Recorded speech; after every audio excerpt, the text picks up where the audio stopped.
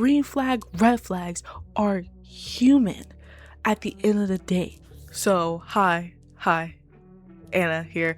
If you don't know me, I'm Annamarie, but you can call me Anna, and welcome to Seriously, Annamarie. Nice to meet you. Now, I've been getting back into watching American dramas lately. I know, what? Wow. And I'm currently watching The Boys.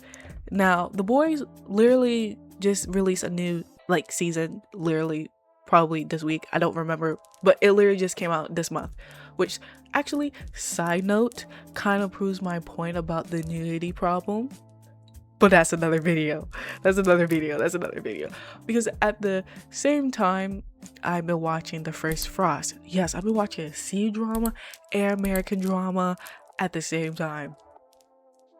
And somehow watching both of these at the same time led me to a completely different realization. Because there's a toxic male lead in The Boys. Yeah, I'm talking about you, Huey. And then there's also the green flags or the nice dudes that you see in The First Frost, who is just like one of the most greenest flags portrayed on television before. Because like, what the heck, the one of the most nonchalant, trying to act nonchalant green flags on television that I've seen.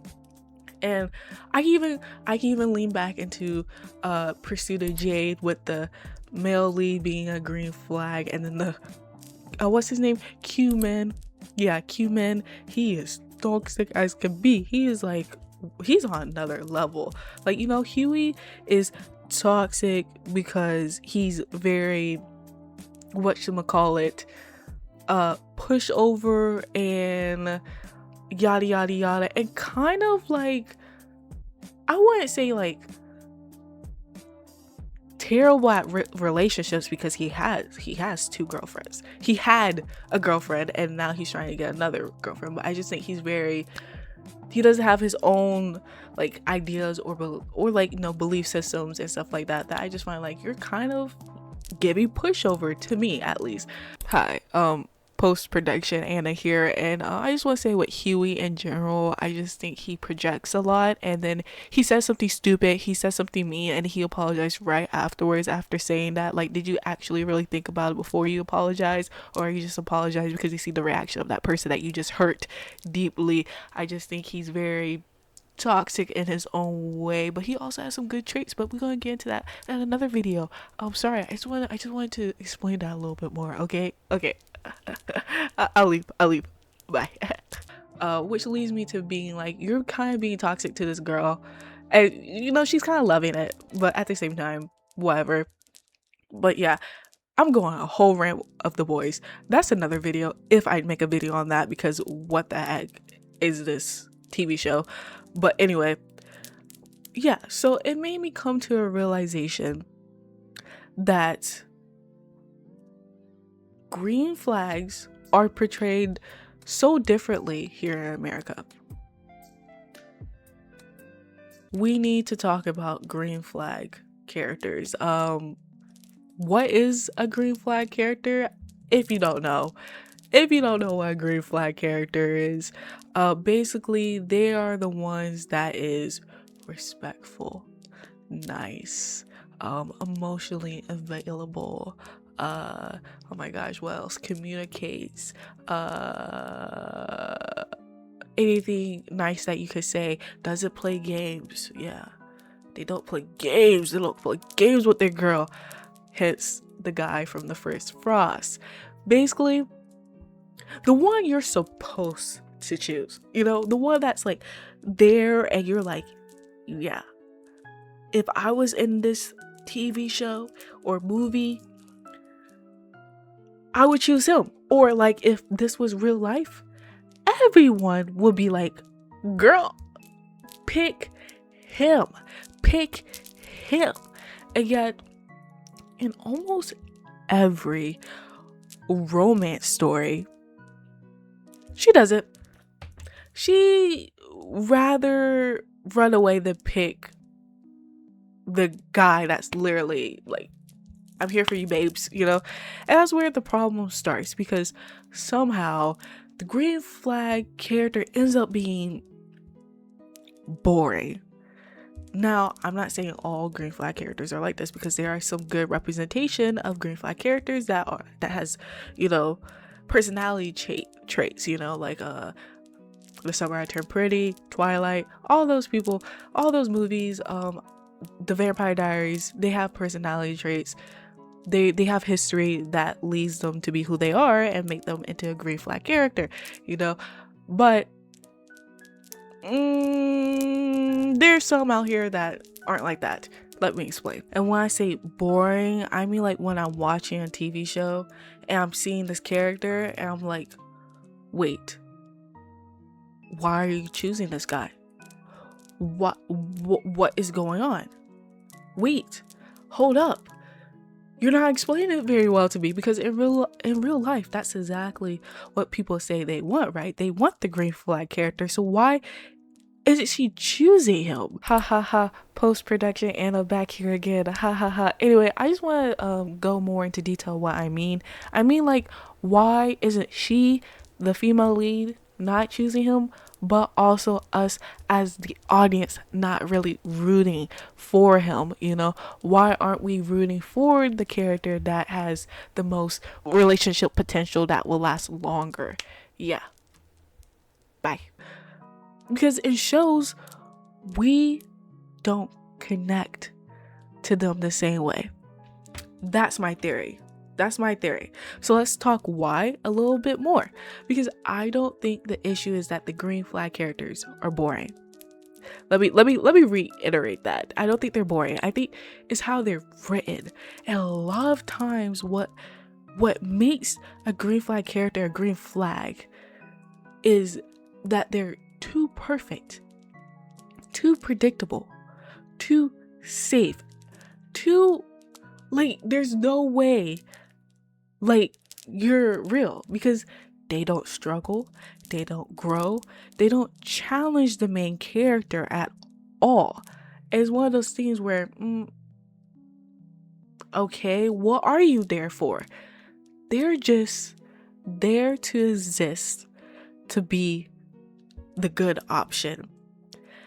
And that's not a character to me, because a character is supposed to be a representation of a person, of a human, right? That's a checklist at the end of the day if they act like that. And when they are just there to be an option, it's like, why are we having a love triangle then? Why are we doing this in the first place? Because we know that she's going to choose the other guy, you know?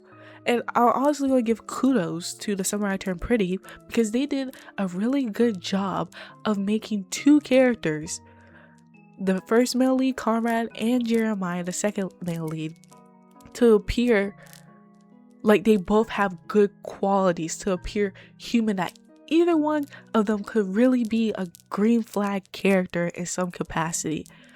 Where people bring up how Jeremiah cheated on Belly, but then they don't bring up the fact that Jeremiah has always been there for Belly. He always, like, talked with her and, like, been a friend to her to make her want to choose him, right? And then we have Conrad, you know, who has been there for Belly, but has gone through something tragic and has to figure his way out of it, and doesn't know how to maneuver with his girlfriend, that it led to them being broken up, you know?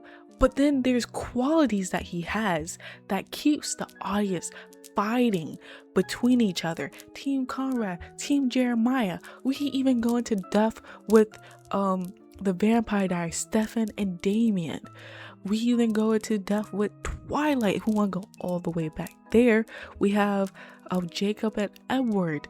You know, there's something about them that makes them human. They both have their qualities that makes them good and makes them annoying at some point in time, right? So with that being said, meanwhile, the other guy, you know, the red flag guy, you know, the one that she actually chooses, seems a little bit like a red flag, when it comes to all those characters, right? He usually puts her through emotional stress, is inconsistent, has issues he needs to work on, okay? Low key confuses her half of the time. But the thing is, green flag, red flags are human at the end of the day, right? The red flag just appears to have more depth. He has a conflict. He has a reason to push her away and to bring her in. He has emotional tension, and as much as we hate it for some reason, that's what makes him interesting, right? I just think that's just him being human. Okay? Now, let me talk about the storytelling, right? Because good storytelling is built on conflict, growth, and tension, right? A romance story. So when you put this guy who has bits and pieces that give some red flag tendencies, and then you have a love triangle, let's say it's a love triangle, you have the green flag and the red flag dude, right? So if one character has all of that and the other one is just perfect, of course the audience is going to lean towards the one with more going on, right? The one that has something going on, that is acting human, not because he's better, but because he's more developed. You see what I'm talking about now? And I noticed the difference more watching dramas, because it's something like The First Frost. Yes, we're bringing up The First Frost again because I love this. I love this show right now. Even when a green flag character is written, which is literally the male lead, they still give them a backstory, flaws, personality. Like, this dude literally tries to be so nonchalant that it kind of annoys me at some point, but then he does it for a reason. He has moments of weaknesses. He just feels human. That is a perfect way to write any character. They just feel human, not just the right choice, right? So what's the real issue then? I don't think green flag characters are boring. No. I think writers are scared to give them edge, conflict, a little bit of red flag tendencies, imperfection, something to make a character, or I should say the audience, to be like, oh wait, he could be an option. And when I say be a good option, I mean, like, I could get why she'd be pulled towards the other direction, but it doesn't happen like that most of the time because they want them to stay good. Like I said, I gotta give kudos to the samurai term pretty. That is good. Even though I hate brother situation, love triangle, but that was a good written love triangle at the end of the day. The truth is, you can still be a good person and still be interesting, y'all. You can still be interesting as a good person. And this connects back to romance as a whole, because a lot of stories are set up like this.